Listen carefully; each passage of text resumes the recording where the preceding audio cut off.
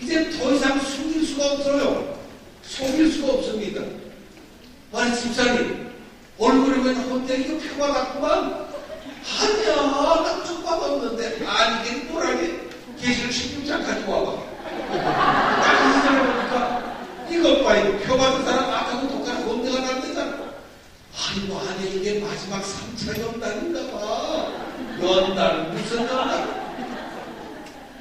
들통이 나서 더 이상 썩고 살 수도 없고 숨길 수도 없고 속일 수도 없는 겁니다.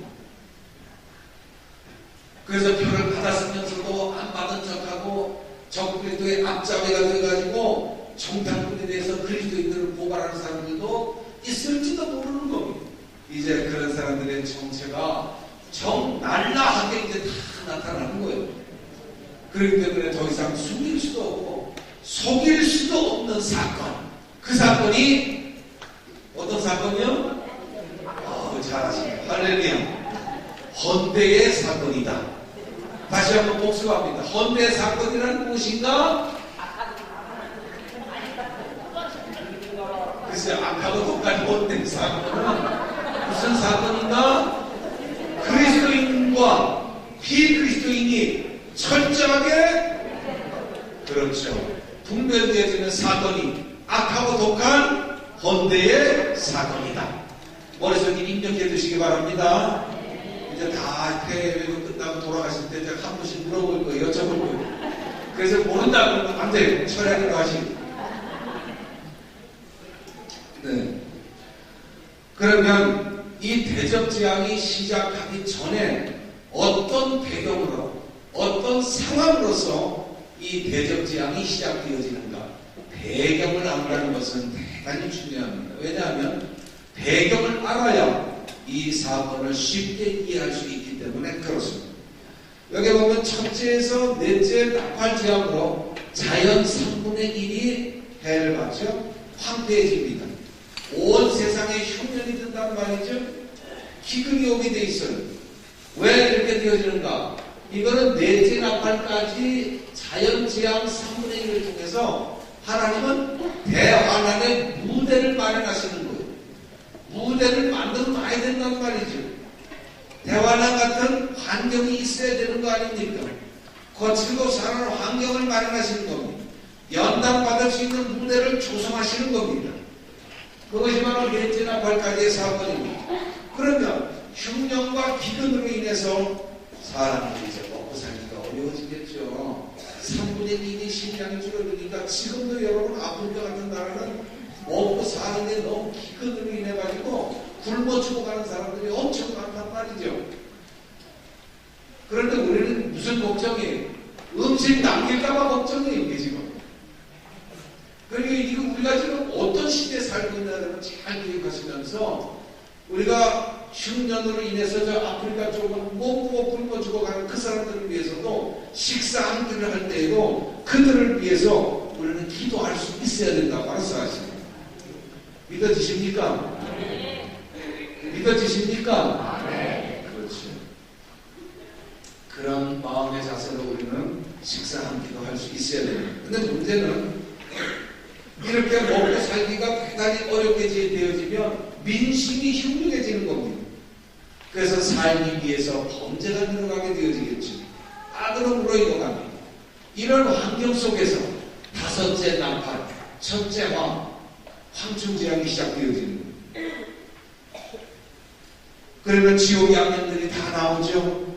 여기에 어려운 데다가 마귀가 증언군을 투입하는 겁니다.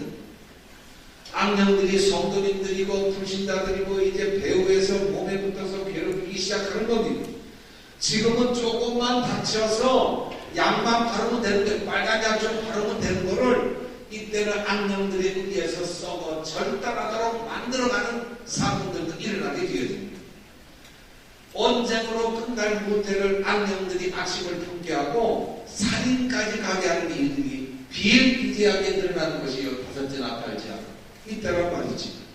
온 세상에 악이 급속도로 번져가게 되어집니다. 살인, 강도, 강간, 인신매매, 납치, 유괴 이런 불법이 온 세상에 성행하게 되어질 겁니다. 그러니까 이때 사람들은 악령의 강에게 사로잡혀 있기 때문에 그렇습니다. 지금도 여러분 악령들 때문에 고통을 하고 있는데 이때는 지옥의 악령들이 이제 다 나온다는 말이죠. 한정지할 때. 그래서 사람들의 마음과 이 배후에 붙어서 들락날락하면서 역사를 하고 막 그 충동질 하는데 언제로 끝날 것 살인까지 하게 되어지고 그래서 막 그 절도, 강도 이런 사건이 아예 온 세상에 만연해지면서 불법의 도가니로 만들어가는 거예요. 여기다가 또 여섯째 나팔 고가의 전쟁까지 일어나 세계 3차 세계대전 고가의 전쟁까지 일어나게 되어집니다. 많은 사람이 죽게 되겠지만 세계 대부분이 이제 치안 질서가 무너집니다. 모든 국가들이 이제 거의 무정부 상태로 들어가게 되어집니다. 그래서 나만 잘 먹고 잘 살면 되지 않겠냐 이런 이기주의가 팽배한 사람들도 있을 것이고 또 생을 포기하고 죽음을 선택하는 사람들도 있을 거란 말이죠. 세계에 모든 사람들이 전쟁, 재앙, 흉년, 오욕 온갖 죄와 불법이 만연하며 산다는 것 자체에 대하여 회의를 느끼고 그래서 아주 지칠 대로 지쳐버리게 되어진다고 하는 사실입니다. 이러한 때에 사람들의 마음에 자연히 공감대를 형성하는 한 가지가 있습니다. 그것은 그 어떤 강력한 지도자가 좀 나타나서 평화와 질서를 회복시켜주고 파괴되어진 세상과 삶을 회복시켜서 즉 우리에게 안정된 삶을 살게 해주었으며 이라고 하는 간절한 소망을 품게 되어진다고 합니다. 이런 공감대가 자연적으로 이 환경을 통해서 일어나게 되어지는 겁니다. 크나큰 절망과 엄청난 슬픔을 겪었기에 절대적인 그 어떤 신이나 아주 카리스마적인 통치자를 기대하게 될 수밖에 없는 겁니다.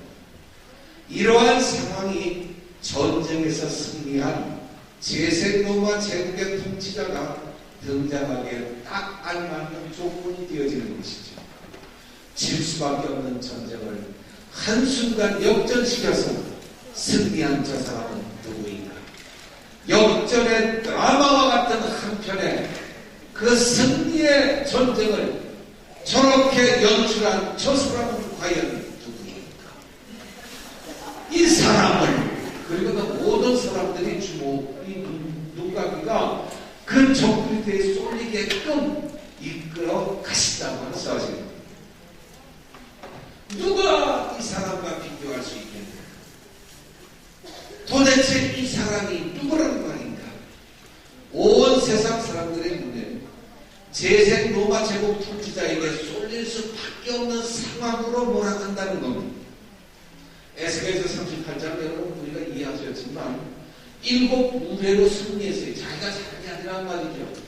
7무대로 승리를 했는데 적어도 사람들의 눈에는 그 통치자가 카리스마적인 그 어떤 훌륭한 능력이 있었기에 그렇게 된 것 같이 보여지는 겁니다.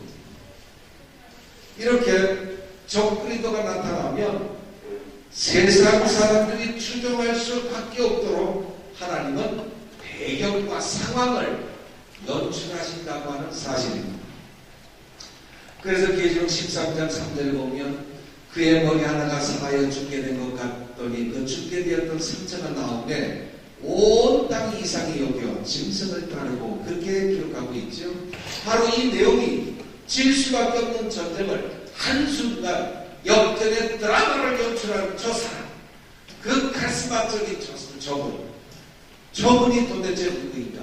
세상 사람들의 반응을 기록한 내용이 이상이 여겨 짐승을 따르고 이렇게 기록하고 있는 겁니다. 이제 큰 전쟁에서 승리한 제생 로마 통치자는 온 세상 사람들이 자신을 추종하는 것과 그리고 공산주의나 회교 세력도 이제 멸망한 이후이기 때문에 기독교 사상으로 세상을 통일해서 자신이 지배할 수 있는 절호의 찬스, 절호의 기회가 왔다고 생각하게 되어지는 겁니다. 그런데 중요한 것은 바로 그때 브리고니온 마귀가 그 적그리스도 영속에 쓱 들어가면서 무엇이 되느냐? 너와 내가 하나가 되어보자. 합일이라고 하는 사건을 연출한다. 누가? 마귀가. 하나님은 또 이렇게 되도록 허락하신다는 말이죠.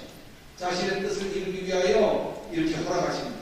그러면 적그리스도의 영 속에 마귀가 싹 들어오면서 네가 메시아야. 그리고 들어오는 거야. 그러면 그렇구나. 메시아였구나. 문제는 합일이 되면, 악령이 합일되면 자신이 메시아라는 것이 믿어진다는 데 문제가 있다. 우리가 볼 때는 거짓말이에요. 저 사람 사기꾼이지. 분명히 우리가 볼 때는 거짓말이지만 합일이 되고 나면 자신이 메시아라는 것이 자기가 믿어지기 때문에 확신이 생기는 거예요.